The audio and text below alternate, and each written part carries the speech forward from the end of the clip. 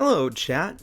As you may know, I spent an unfortunate amount of time in Danny's world. Over that time, I've learned a lot of random information, and I thought it'd be fun to share with the world.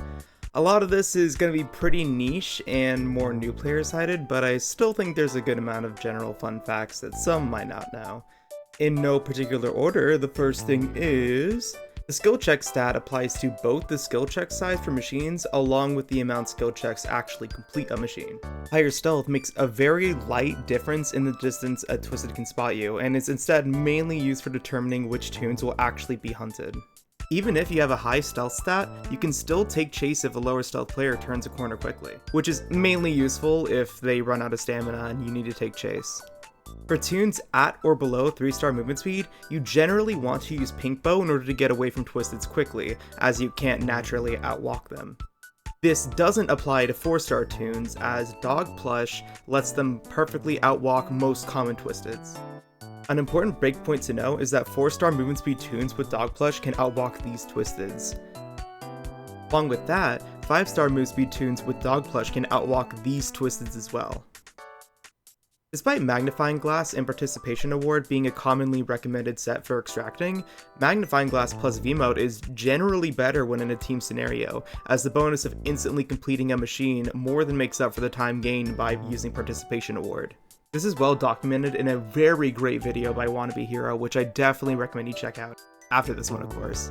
If you're having trouble with the pick-up/use items mastery quest, doing a solo run with Fishing Rod, then instantly leaving can help finish those very quickly. If you like and subscribe, I'd be very happy. Or, you could become a $500 member and then I'd be very happy, hell yeah! There are many more ways to get tapes than just picking them up on the floor, such as using items, completing machines, surviving floors, using abilities, and encountering Twisteds. With that in mind, toons like Sprout and Ginger should almost always grab common or uncommon items if no one else is using them to maximize the amount of tapes they're getting per floor. The difference between both stamina regen items is that stamina candy increases regen by 50% for 24 seconds and protein bar by 150% for 15 seconds. As a side note, I have no idea why there's 2 stamina regen items, but I'll leave that decision up to Quell. The Airhorn item doesn't just alert Twisteds, and actually drastically reduces stealth by 50 for 10 seconds. If you're not a main, it's not a bad idea to save your band-aids if you're only missing 1 heart, just in case you get a card at the elevator that can restore hearts. Never go below half stamina unless you're actively getting chased. Even with a full inventory of healing items, you are incredibly likely to die if you run out of stamina. With this in mind, it's advisable to try and keep a 3rd slot open for stamina boosting items, or items to help in chase like Smoke Bomb or Eject Button. Toons such as Brightney and Gordy do not benefit from percentage stealth increases, such as the Diary Trinket or Stealth Candies, as their stealth is considered 0. For Shrimpo, they actually decrease stealth further, as the stealth is negative 99. Despite the aura disappearing when she's doing an extractor, Bobette's aura still exists and can be benefited from.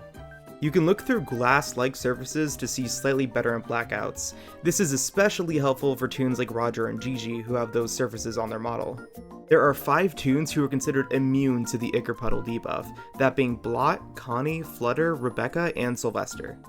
Also, despite having an extra heart, Soulvester can heal to full with a medkit. Cards Avaricious and Covetous are almost always must-picks, as they noticeably increase the likelihood of rare item spawning. Pretty much anything that you can't walk into can block line of sight from Twisteds, even if they could very clearly see you, realistically.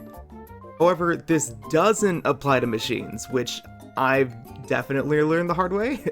The ice floors can be very easily navigated if you sprint for half a second, giving you a light boost to move around quickly in whatever direction you're facing. The tire debuff from Twisted Astro only applies to stamina regen, not when you're actively using stamina. That means you should pretty much always run from Twisted Astro if you have the debuff. That's pretty much all I could think of for this video, but if you guys have any more tips or suggestions that weren't mentioned in this, I could totally be down to do a separate random tips and tricks video. So let me know in the future, and thank you guys so much for watching, and I hope you have a great rest of your day.